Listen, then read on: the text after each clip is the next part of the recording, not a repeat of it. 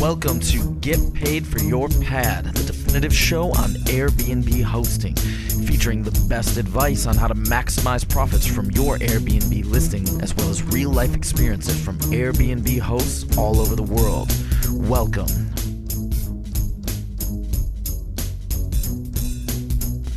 Get paid for your pad. Get paid for your pad. Get paid for your pad. Get paid for your pad. Get paid for your pad. Get paid for your pad. This episode is brought to you by Hostfully, a company that helps you make beautiful guidebooks for your listing. Make your own at hostfully.com/pad. And as a special for Get Paid for Your Pad listeners, you get a free guidebook consultation after you make your guidebook. Welcome to episode number 177 of Get Paid for Your Pad. Today I have a very interesting guest. His name is Conway, and he's the CEO and co-founder of Pillow, a short-term rental management company, and I believe one of the first startups in the Airbnb space. Is that right, Son?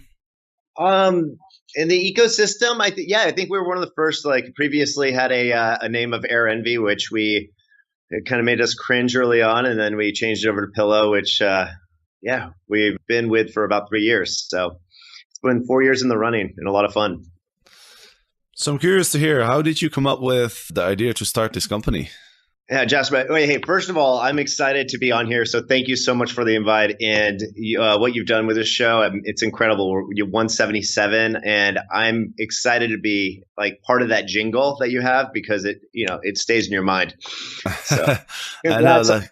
Everything you've built in like your subscriber list, and it's so needed and offers a lot of value. But back to your question. How we got started was basically I've had a huge passion for traveling. I was on semester at sea early on in my semester abroad in college, and it gave me the travel bug.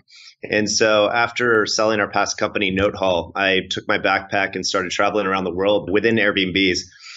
And I found that I am personally like my best self when I'm traveling, when I'm in these several countries in a very like organic, raw environment where I don't know my surroundings. I don't know what's up for the day. And I'm interacting with these cultures that, normally I see on TV or in the news or wherever. And being able to interact with them, I think I'm just the best human being when I'm traveling. So I think I found that more and more people were using Airbnb, and I wanted to.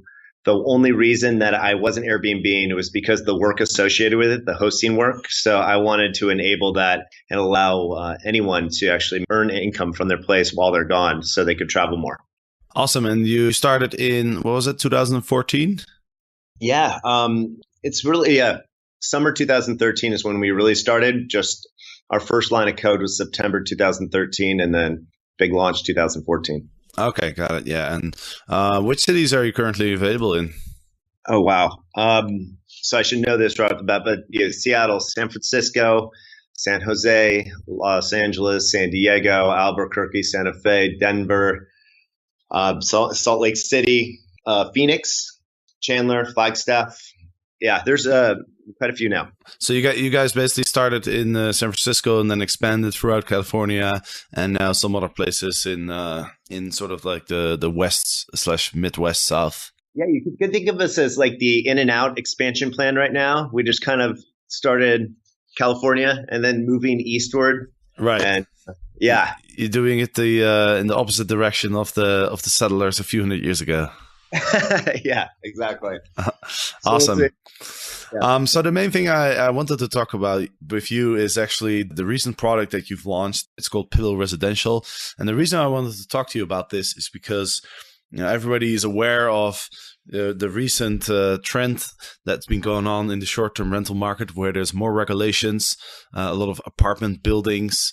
The owners are getting, and the managers are getting more aware of, what short-term rental is, and a lot of people, have been renting out their places where it's against their HOA or against the terms of their lease, and they're getting caught, they're getting kicked out, leads to all sorts of problems. And and I think you recognized this issue and you came up with a solution. So I'd love to dive into that. Yeah, absolutely. So, I mean, there's a few triggers that actually made us, fully focus on Pillow Residential. But one was a few of our investors. They invested in us because basically they said this is inevitable. Airbnb is a wave of technology that we need to embrace, but there needs to be structure around it in order for our residents to be allowed to do this. And so that got us listening, and we really tried to understand what they would need in order to adapt this. At the same time, we're at the 8-year cycle on the residential side or the real estate side where rental prices are higher than ever. I remember moving to San Francisco. I had to split a 1-bedroom with my brother because I was bootstrapping our first startup, and I was paying $875 for my room. That same place is probably going for more like $3,500 now, and I wouldn't be able to afford it. So the way to subsidize this, or actually allow people to earn income while they're gone on average 30 to 40 days a year, is to allow them to Airbnb. But as you said, it's a violation of their HOA or their lease. So there needed to be a platform in place that allowed you to easily host as well as allow the landlord to feel comfortable with this. And so, yeah, that's what we put in place, and we're really excited to expand upon it. And it, works with city regulations, which is, first and foremost. So how do you convince landlords and apartment buildings to allow their residents to do Airbnb? Yeah, so that's a great question. There's, a few mechanisms, but more so is there's a lot that are more progressive thinkers, and they're coming to us and saying, wow, yes, this is an issue. This is something that my property managers spend hours and hours with every single month. They're trying to police it. They're sending eviction notices out, and it's the Wild West, and it's already happening in their communities. So instead of looking at it as something that's like ruining their community, like they actually trying to flip it around and look at it as something that could attract residents to their communities and help them earn extra income on their rent. So being able to show them that Airbnb's already, or short-term rentals are already happening within their residents, showing them they don't really have all that much control over it. So they want some insight and transparency into who's coming when. And then secondly, looking at it as a way to increase the applicant pool, increase occupancy, as well as make a cut from the profits when guests do stay. So they do get some profit sharing involved. Right, because I imagine there must be a lot of buildings where they have a lot of vacant apartments. And so you're saying, if you offer people the ability to rent out their units, for example, when they go on holiday or when they're out of town traveling, then that would be a way to entice people to sign up for these apartments. Exactly. What we're seeing in San Francisco is a lot of these residents are spending anywhere from 35 to 45% of their net income, what their income in a given month on rent, which they're at their place 10 hours a day. And that's just an absurd amount of money to be spending on there when you're out, 30 or 40 days a year. So if you can actually, earn income back or subsidize your rent by 15, maybe even 20% a given year by renting it while it's empty. Yeah, that's our goal. So just to be clear, it's not meant as a tool to rent out full time on Airbnb. So within the cities where that's allowed, where the regulations allow for that, where you can rent out vacant units, whether it's for a short term or 30-day rentals, yes, we're having the multifamily owners actually utilize their spaces during those times, but at the same time allowing their long-term residents to also utilize their vacant spaces while they're traveling or on business or gone from school. Right. Can you explain a little bit about how the product actually works? Like how do people can sign up and what are the details? Yeah, absolutely. So, right now we'll run a opportunity assessment for our owners, being able to see like what is the short-term rental activity within the apartment building as well as around it. And then from there, they can get a good sense of what they would earn from the profit sharing, how desirable it is, this amenity within their area. And from there, they sign up a form, include pictures. We create a landing page for their residents. They give us their residents' emails. We let them know that this new amenity exists, and then they can sign in with their short-term rental listing accounts. And from there, we can monitor it.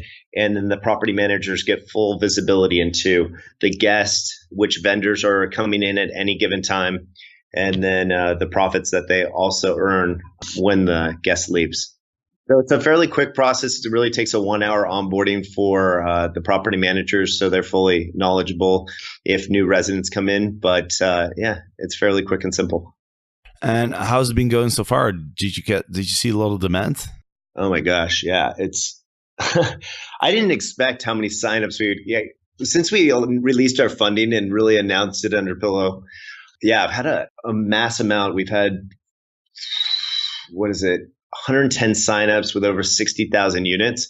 So we really can't keep up with right now we're just signing up, quite a few people and trying to get them on the onboarding schedule. So yeah, there's definitely a lot of demand.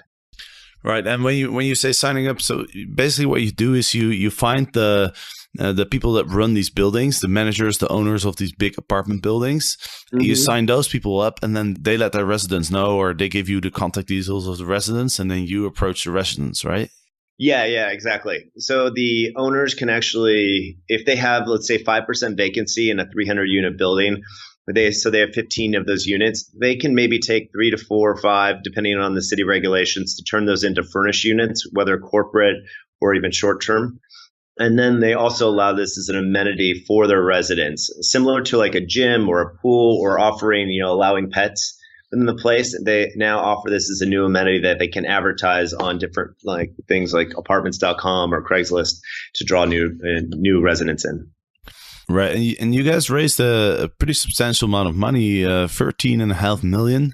I think in the Airbnb ecosystem, that's the largest amount of money that I have seen, other than Airbnb itself.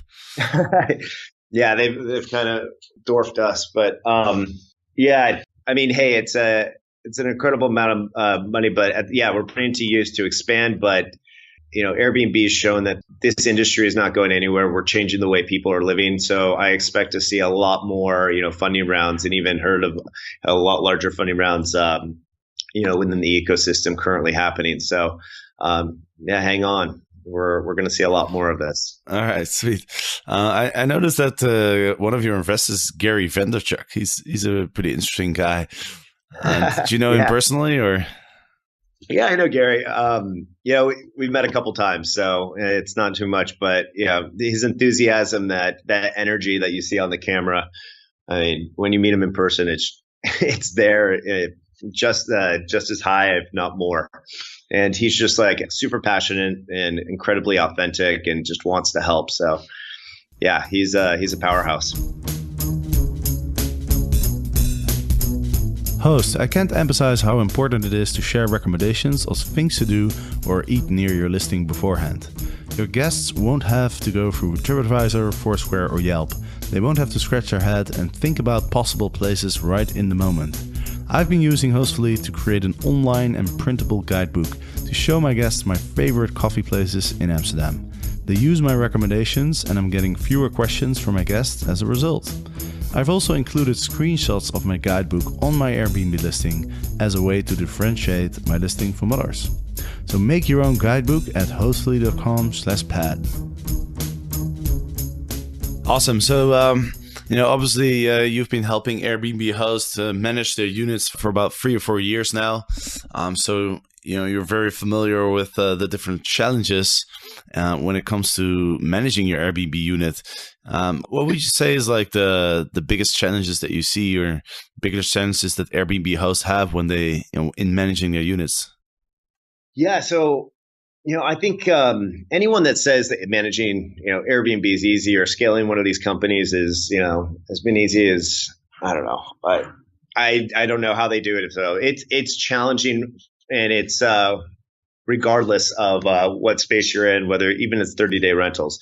But I think one of the biggest things is we're in the hospitality industry. And so you're going to see a different range we created 200 SOPs. That means standard operating procedures even though 80% of those fall into 40 SOPs, so the whole 80-20 rule, 80% of those fall in the top 20% of the issues.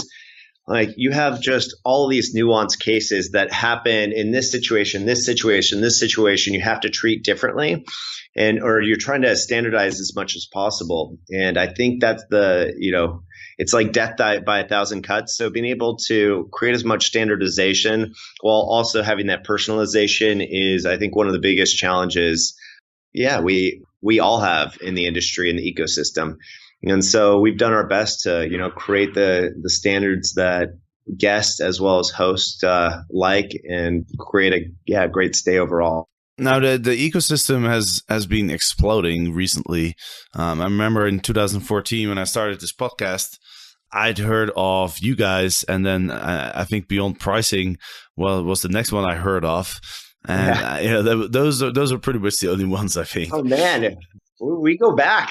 That's crazy. Yeah, I remember like the Beyond Stays and the Beyond Pricing, and then Everbooked, and then it's been fun. Exactly, but I mean, if you look at the ecosystem now, I mean, I get emails now almost every single day of a new product, a new service, a new startup that wants to partner and cooperate. And I mean, I think there's literally like hundreds and hundreds, and not even to mention all the short-term vacation rental management companies that have popped up, and some of them don't even have websites. Some of them, some of them are just hosts who are managing like 10, 15 units for friends and stuff. What are your thoughts on the ecosystem and all the different startups that are there? Do you expect this to keep growing, or do you think that a lot of these startups will, they will eventually, a lot of them will disappear, and there will be like a few bigger ones that will cover all the different aspects of Airbnb hosting? This ecosystem is going to thrive. Airbnb is changing the way people think about living, rentals, and the way they live. Like the digital nomad life is something that's wanted by many millennials, and now this living platform, is enabling it. So I think there's going to be an incredible demand for, some people are going to want the more like standardized hospitality experience, big company that, manages thousands and thousands of listings.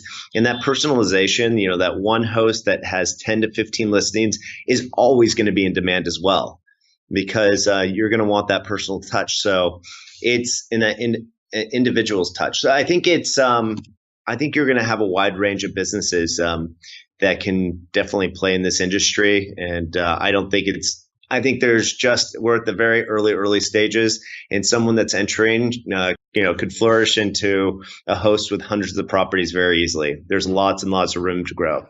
Do you use any of the other tools that are out there in managing your clients' Airbnb units?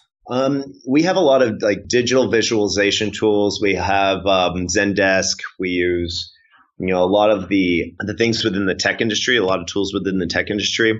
As far as the hosting side of things, we've built our internal tools. We've tried to listen to our customers, understand what they want, and build it personalized for them. So we've partnered with Everbooked in the past, Everbooked. So they've been really resourceful on the metric side as well as like the pricing side.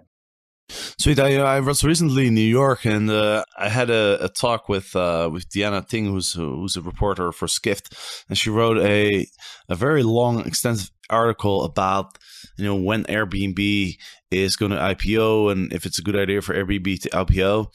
And what are your thoughts on that? My thoughts are like, why is there such big talk about it? They have a valuation. They're private. They're a private company. Like, what's going to change when they IPO? I guess they're right down the street, and yes, it's going to create rumbles in the industry. But we already have HomeAway, which was acquired by Expedia, that is highly valued. They just took down a 17-story building in Austin for 2,000 folks. Like, this space is growing. So I don't know if it's going to change the ecosystem or the landscape all that much by Airbnb going public. So I'm fine either way. All right, let's talk about some of those other platforms, because when you manage somebody's home, you don't just use Airbnb, right? You use the other platforms too. Correct. So what do you feel about the different platforms that are out there? Do you see all those platforms still exist in, let's say, like 5 years from now? Or do you think there will be some, there'll be like just a 1 or 2 or 3 that will dominate the market? I think there's going to be some consolidation. If you look at like Expedia, Priceline, and what they've done in the market by like acquiring Orbitz and Kayak and going that route, like they've shown that consolidation makes a lot of sense in the industry. At the same time, I think you will see the Booking.com, Expedia, and Airbnb, pretty much are the ones that thrive. I think there's opportunity for places like Tripping, which are the meta search side of things. So I think there's opportunities for all, and they can cater to different types of personas or customers. Right, and you also see recently you've seen a number of smaller platforms out there that cater to very specific niches, like for example Inclusive, and then there's Mr. B&B. Yeah. What are your thoughts on those little ones that cater to the niches? I'm not as we'd love to plug up to each and every one of them. I think it's just the dev work associated with it. So as long as they can create an API to tag it or hook into a multi-channel listing platform, it'll make it a lot easier. But I think if they cater to a certain niche and they can acquire their customers at a reasonable price and get the LTVs, it makes for a good business. Awesome. So could you, for the people out there who are managing their listings in the cities in California, Denver, etc., where you are available, like how can people get involved with Pillow? Yeah, you're asking from the resident side? Yeah. I mean, the hosts, the Airbnb hosts. Yeah, the Airbnb hosts. So, go to Pillow, pillow.com. You can sign up as a building owner. You can sign up and just go through the demo process, and we'll see if your building makes sense. At the same time, as a resident, we'll soon actually have a feature where you can look for buildings that do offer this amenity. So that'll be coming soon. But in the meantime, just look for. You can even email info@pillow.com if you want to understand our buildings in your area that do offer this as an amenity. That would be an interesting feature, because I'm sure there's people out there who they want to do Airbnb, but they might not be able to do it because of the building that they live in. So if you have a list of buildings and you say, hey, if you rent a place here, then you'll be able to do Airbnb up to like whatever, like 30 days or 60 days or whatever it may be, then that'd be very useful. Yeah, I think my product folks are going to be kind of upset that I just dropped that. But yeah, it's a feature that's coming out pretty soon, so we're excited about that. And anyone that, hey, I'm looking for the apartment that allows me to subsidize rent in this city, then they can come to Pillow and search for that. Awesome. Well, I'm excited about this this feature that you've implemented, because I think that's one of the things that people are struggling with most is this very topic. So it'd be very interesting to see if it's going to take off and the extent to which. And let's keep in touch. And thank you so much for coming on and being on the show. Definitely appreciate 177 episodes. 177. Yeah. Can we celebrate over beers after 200? Absolutely. All right, let's absolutely. do it. I'll definitely be in San Francisco at some point. So look forward to hanging out again. We hung out a bit at the Airbnb Open in 2016. Hopefully there'll be another Airbnb in 2018. Do you have any thoughts on where it's going to be?